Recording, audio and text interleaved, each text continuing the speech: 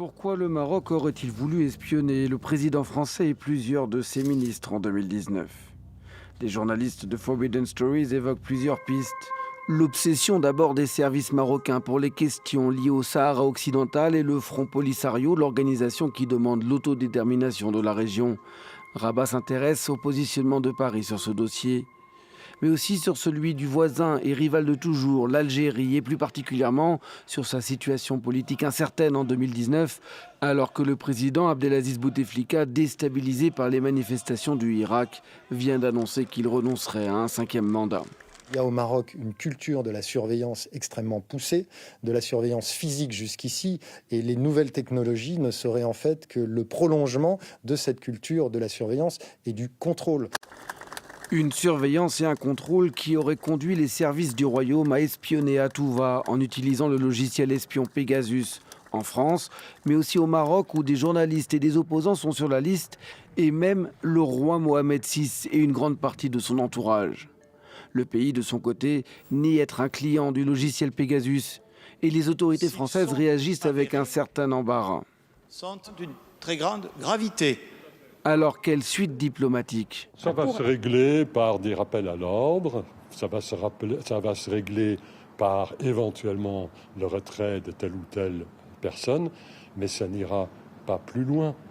La France, elle aussi, s'intéresse à la réalité sociale, politique et économique de pays amis, dont vraisemblablement le Maroc. Selon les experts, les deux pays ont trop d'intérêts communs pour se fâcher.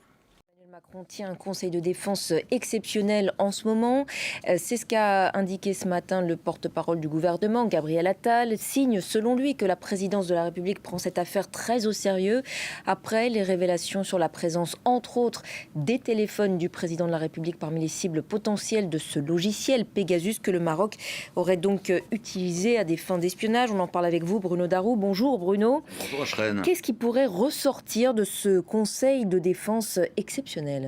Écoutez, c'est un peu difficile à dire puisque ce conseil a lieu au moment où nous nous parlons. Ce qu'on sait quand même, c'est que d'abord les investigations qui ont été lancées vont sans doute être renforcées pour savoir notamment ce qui s'est exactement passé avec le ou les téléphones du président Emmanuel Macron. Donc déjà essayer de déterminer si un ou plusieurs téléphones ont été ciblés. Ensuite savoir s'ils ont été ou s'il a été ciblé mais également infecté par le logiciel espion Pegasus. Donc on aura peut-être des informations dans ce domaine. Et ensuite, évidemment, il y aura sans doute une déclaration sur le fait que la France va renforcer ses systèmes de contrôle des cyberattaques.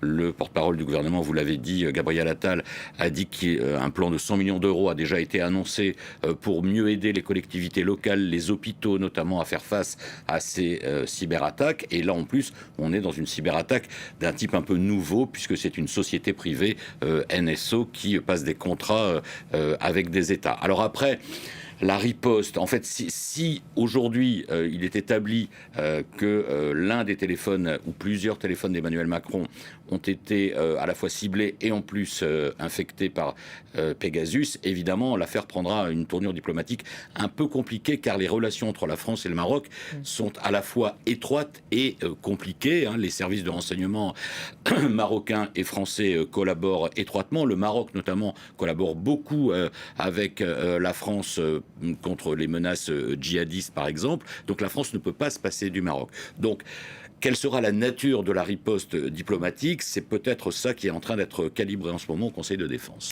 Et pourquoi est-ce que la spécificité de ce logiciel rend une éventuelle réplique plus difficile? Alors, ce qui change par rapport aux cyberattaques qui se déroulent depuis maintenant une bonne dizaine d'années, c'est qu'en général, ce sont des services de renseignement ou à l'intérieur des services de renseignement d'un État que se situent les espions hackers, si vous voulez. En général, ce sont des espions russes ou des espions chinois qui sont, par exemple, qui sont directement liés aux services d'État. Là, ce qui est différent, c'est qu'on a affaire à une société privée NSO, une société privée israélienne, qui en fait passe des contrats avec des gouvernements, mais avec à chaque fois l'aval du gouvernement israélien puisque la nature même du logiciel fait que c'est considéré quand même comme étant une arme. Donc le ministère de la Défense israélien doit donner son feu vert à chacun des contrats. Sauf qu'après, la difficulté, c'est qu'on est dans un cadre de marché. Si vous voulez, le contrat est passé. Et d'ailleurs, c'est la défense de NSO qui dit, moi, une fois que mon contrat est passé avec un client, en l'occurrence un gouvernement, je ne sais pas trop ce qu'il fait de mon logiciel. J'imagine qu'il l'utilise aux fins que nous mettons en avant, c'est-à-dire la lutte contre la criminalité et le terrorisme. Ce que dit NSO simplement, c'est s'il y a des pratiques abusives, il faut qu'on en soit informé, et à ce moment-là, nous agissons. Et NSO rappelle d'ailleurs qu'elle a déjà suspendu des contrats avec certains gouvernements, notamment l'Arabie Saoudite et Dubaï. Mais évidemment, c'est ça qui rend l'affaire plus compliquée, puisqu'on est plus dans un cadre de marché et non pas dans le cadre de services de renseignement étatiques dont l'activité d'espionnage est en quelque sorte totalement assumée. Merci beaucoup Bruno pour cet éclairage.